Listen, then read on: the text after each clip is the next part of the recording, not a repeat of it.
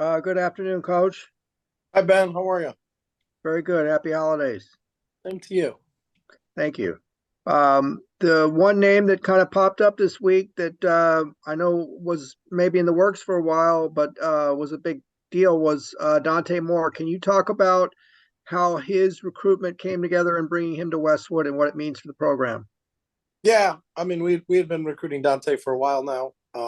Coach Gundy had gone out and evaluated him probably 2 years ago, um, and we offered him a while ago, and we're always in constant contact with him. He committed to another school in the summertime, um, and then I think as they had a coaching change, they reached out to us, and we just kind of picked up where we left off with him. Got a chance to visit with him at his house in Detroit, and then they came in for a visit. I believe it was 2 weeks ago, and I think he's a really mature young man. I think he's got a great head on his shoulders. He's about all the right things. He's about the team culture. He's about personal development. About being the best version of himself. And we clicked and kind of hit it off from that standpoint. And we're excited to have him as part of this class. And I think he's got a tremendous upside. He's a really skilled football player. But I really think his mindset is what makes Dante special. He's a driven young man that really, really wants to be special and works at it. So we were excited to add him. One follow-up, if I could. Do you expect him to compete for the starting job his first season? We expect everybody to compete for every starting job in every season. All right, we'll go to James Williams from SoCal News Group next. Hey, Chip, how you doing? Good. How are you? I'm doing pretty good, pretty good. You had 6 players committed or that signed with you, including Dante, but you had 5 others from the state of California that won CIF state titles. Is there anything that you've noticed over the years with players that win state titles or high school championships when they come to your program? Do they have a different?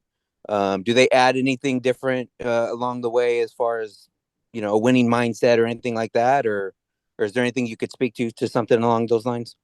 Yeah, I think it's obviously there is a certain winning mindset that attracts you to a lot of these prospects, and the fact that so many of them were part of state championship operations, no matter where they were, is a big deal. And part of it is when you evaluate prospects, do they help make their team better? And I think in all those cases they did. And I think that's what the ultimate goal is for everybody.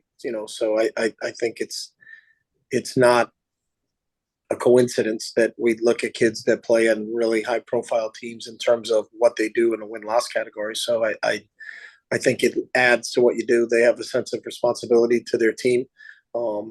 They understand their role and how they fit into their scheme.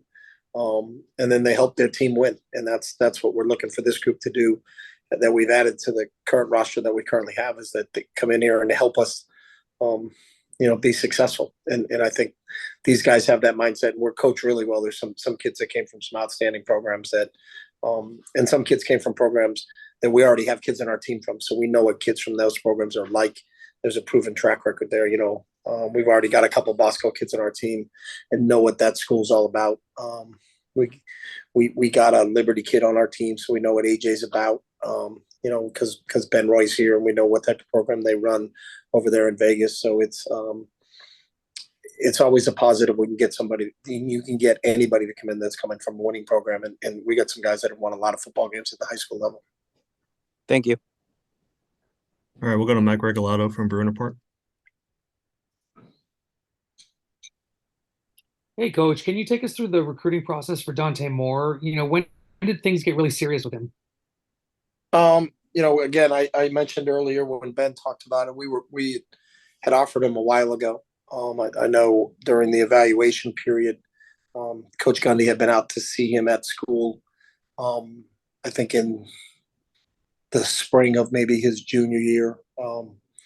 So we were very aware of him and had talked to him over the phone, and Gundy had Zoomed with him and done all the things that you can do through the NCAA channels to be in contact with a student athlete.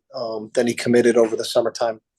So I wouldn't say we were in a lot of contact with him while he was committed to the other school. And then when that switched, obviously the window to contact opened up right after Thanksgiving. So we had 2 weeks really with this new window because of the transfer portal. We had only 2 weeks on the road. So Coach Gundy and myself went and saw him the first week. And then I think Coach Gundy and Jerry were out together and they saw him in the second week. And then in between that, we had him in for an official visit here. Coach, how much do you think your success on the field the last 2 seasons has positively impacted recruiting?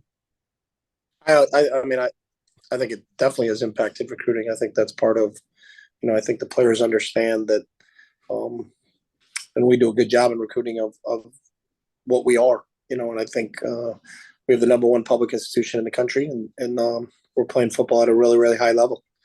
So we're a top 15 football program, and we're #1 in academics, and that resonates with kids. Kids that are serious about their own personal development, their growth academically, their growth athletically. Is a really important thing for us, and that's what the emphasis of this program has always been on. And I think kids recognize that. Or we'll go back to Ben. What needs do you, well, first of all, how would you kind of assess the class overall? What needs do you think you filled, and what needs do you think you might still need to go to the portal to look at? I think there's a wide group. You got 2 quarterbacks, a running back, a couple wideouts, an offensive lineman. We took 6 on offense and 7 on defense in this wave. But we're always looking to upgrade every position at all times. So there's not anything where you say, hey, we're not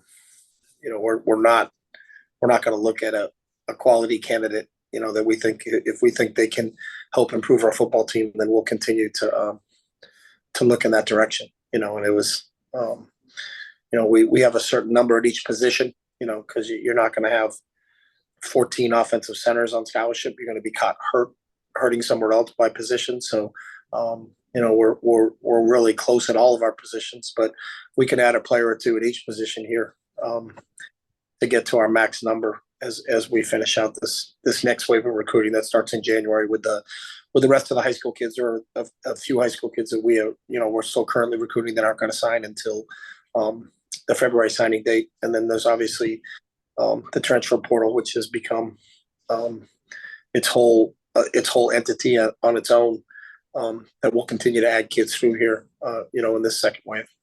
Do you think anybody else might be able to sign during this early period? In the high school? No. Yeah. Well, the kids we're recruiting, and there are some kids right now that we knew that weren't going to sign until February. So.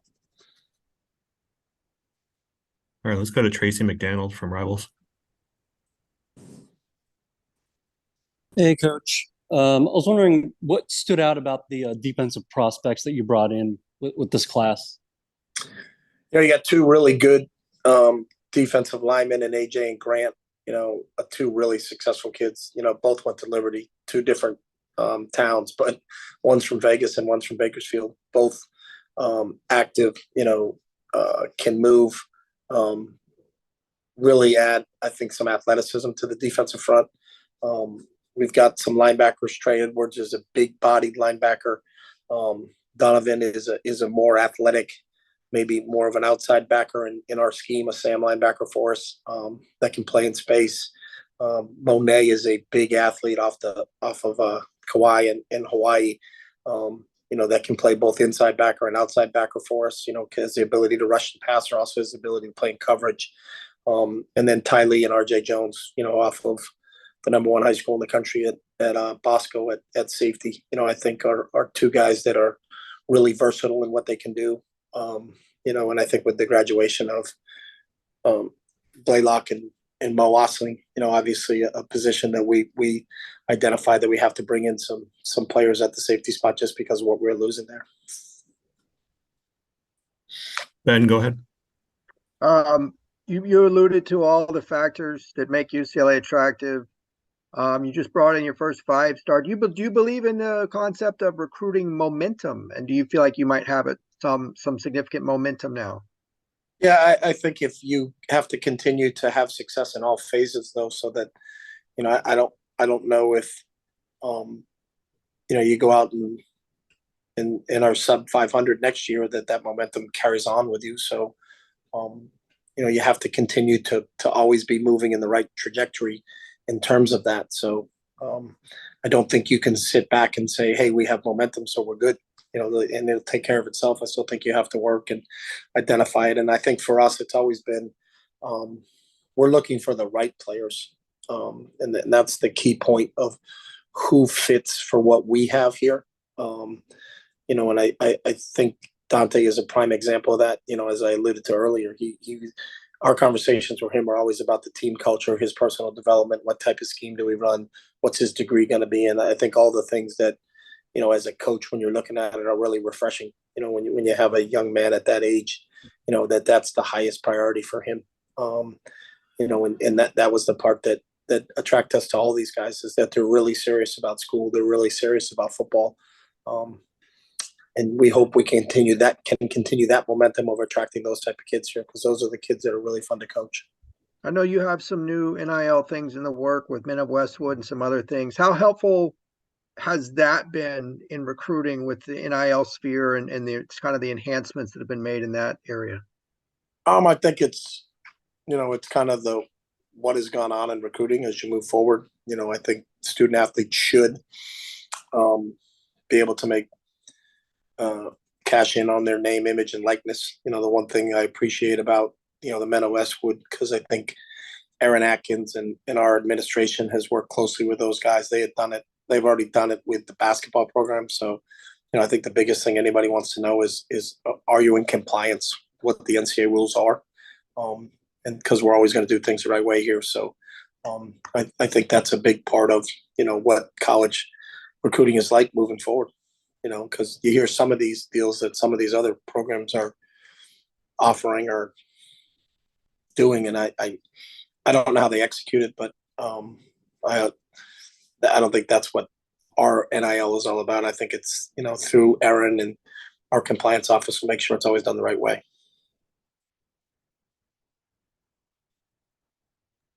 Mike, go ahead. Coach, what positions are you still hoping to target over the coming months in the portal? We would take anybody at any position, Mike. As I said that earlier, you're always looking to improve your football team, and you're not going to say, "Hey, we're not looking at this position." If someone obviously is the right fit, both academically and athletically, and if they can add value to your team, then you're going to look at them. So, we feel really good about a couple of positions, but if someone were to turn up that has interest in us and fits with what we are academically and athletically, then we would look at them. So that's always been our approach. You're always trying to improve your football team, and we'll continue to always look at it that way.